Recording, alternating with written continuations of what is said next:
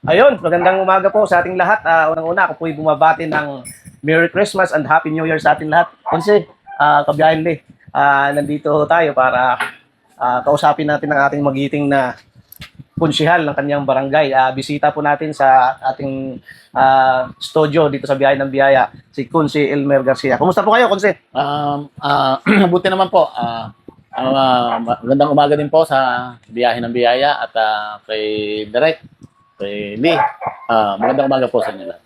Ayan. Kunsi, nandito po kami para kunting panayam lang sa iyo tungkol dito sa inyong nasasakupan sa barangay. Kumusta po ang barangay mo sa lalong-lalo na po sa iyong hinahawakan na committee, ang peace and order? Kumusta po yung pamamahala mo bilang chairman?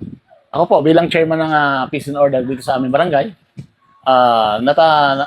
nakakatugon naman po tayo doon sa mga ordinansa na pinatutupad. Although meron namang iba na hindi natin na nagagawa ng pero na-action na naman. Sorry, hindi naman lahat mapi-please. Baka kasi sa totoo lang, hindi naman kasi pare-pareho ang tao, anong ugali ng bawat isa, di ba? May mga makukulit, may mga talagang kahit anong gawin natin, hindi natin kayang kung ano lang po yung aming magagawa o yung nagagampanan bilang isang chairman ng Peace and Order, katuwang ang Barangay Tanod, ay amin pong pinipilit na mabigyan ng tugon lahat ng hinaing at lahat ng kapayapaan at yung seguridad ng bawat isa dito sa aming barangay. Pero balita ko naman, Konse, in fairness naman sa mga naririnig namin sa mga constituent nyo, payapa naman daw po ang lugar niyo. Kaya alam niyo po, humahanga kami sa inyong pamumuno bilang chairman ng Peace and Order kasi nababalitaan natin yung mga pinagagawa mo ay napakaganda. Payapa, walang gulo, kaya sumasaludo po kami, kabiyahe, na naririnig namin yung ganong balita sa mga constituent mo. Kabiyahe, Lay, baka mayroon ka pang gusto itanong kay Konse. Ayun, Konse, ano ba ang mga susunod mo pang mga project para sa barangay mo? Para naman ma-advance natin yung mga barangay natin. Dito po sa aming lugar kasi, sa totoo lang, ang lugar namin ay malapit po kami sa bundok. Sa mga mapuno po kasi dito. Medyo madilim. Kailangan kasi natin na bawat sulok, bawat mapaliwanag po natin. Number one po yun. Kasi yun po yung na Peace and Order. Di ba po? Yun po kasi yung nakikita namin very effective. Although doon sa mga ganon, may mga cameras na rin naman kami na nakatutok. Siyempre, iba din po kasi yung maliwanag yung lugar. Okay po. Dahil kitang-kita po doon sa mga cameras na nailagay po namin dito sa bawat sulok. From Prof 1 hanggang Purok 6. So, ibig sabihin, yun yung mga kulang na kailangan dito. Mayroon naman kayong mga CCTV na dito, di ba po? Opo, meron na naman po kami mga CCTV sa bawat lugar. Ngayon lang po ang nakikita ko na dapat, kasi may mga lugar din po kasi na iskinita, na may mga lugar na talagang madidilim.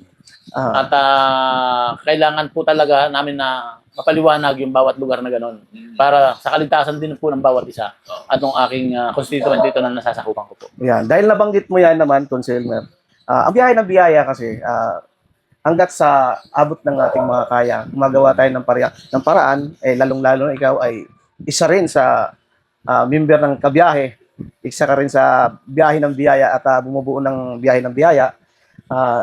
Kami po ay gumagawa, tayo ay gumagawa ng paraan para unang-una, siyempre, kung sino yung una nating kamember natin, siyempre una nating tutulungan, lalong-lalo na ikaw.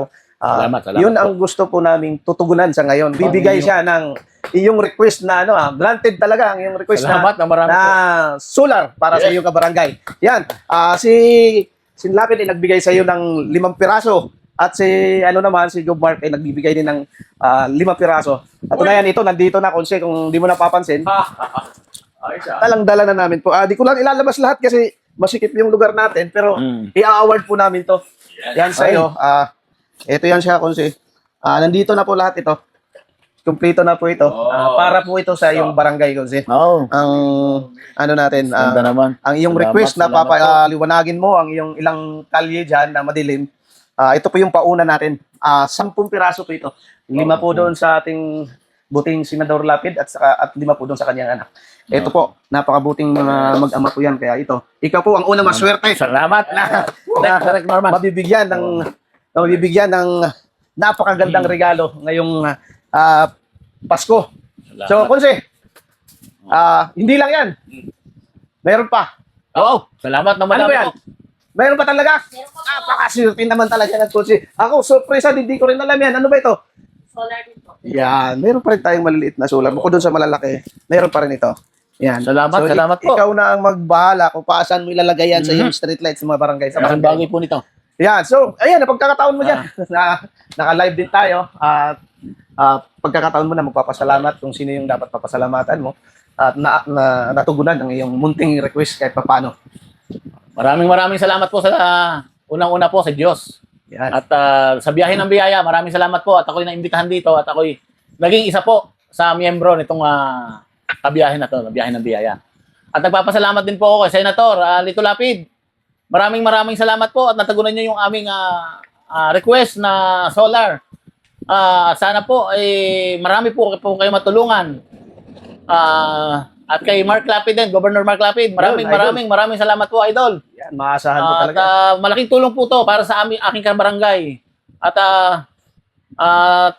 yung lugar po na medyo madilim at delikado po sa aking mga constituent, siguro naman mag-aatubili na yung mga gagawa ng Di ba patarantaduhan dito sa aking lugar dahil makikita na. maliwanag na. Yan, Yes. yan ang pinakamaganda. Sana po tuloy-tuloy po itong pagtulong ninyo sa amin. At akin pong tinatanaw na malaking utang ng loob. At ako ang napili nyo na mabigyan ng mga ganitong uri ng mga na pwedeng mapakinabangan ng aking mga kabarangay. Maraming salamat po. At tama po Mabuhay yan. po kayo. At mula naman sa biyahe ng biyaya, kami ay nagpapasalamat din sa iyo, Konse, dahil deserve mo rin yan na magkaroon ng ganyan dahil napakasipag mong kagawad sa iyong barangay. Salamat po. So, dahil nandiyan ka, kaya nakalagay ka dyan sa barangay mo, dahil pinagkakatiwalaan ka ng inyong constituent, at deserve mo yan na makatanggap ng mga regalo para din iganti doon sa mga constituent mo sa kasama sa pagsiservisyo mo.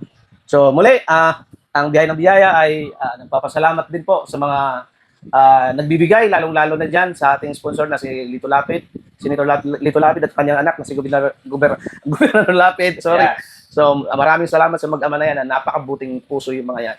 So, thank you very much, Kabiyahe. Magpapasalamat din po kayo sa ating mga kabiyahe dyan. Yan, salamat din sa ating mga kabiyahe sa lahat ng suporta nyo. At huwag kayong tumigil, baka isang araw kayo ng aming madalaw. Yan. At saka sa ating, siyempre, buting senator natin, Senator Lito Lapid. Kahit saan, kahit kailan, maasahan ka talaga. Kasama ng iyong anak na si Governor Mark Lapid.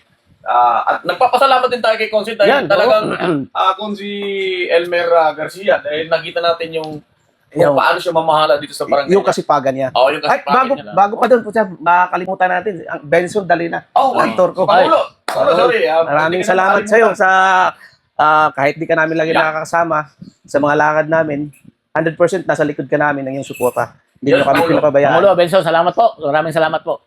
Mabuhay. Buhay Pangulo, I love you. Thank you so much. Kabiyahe.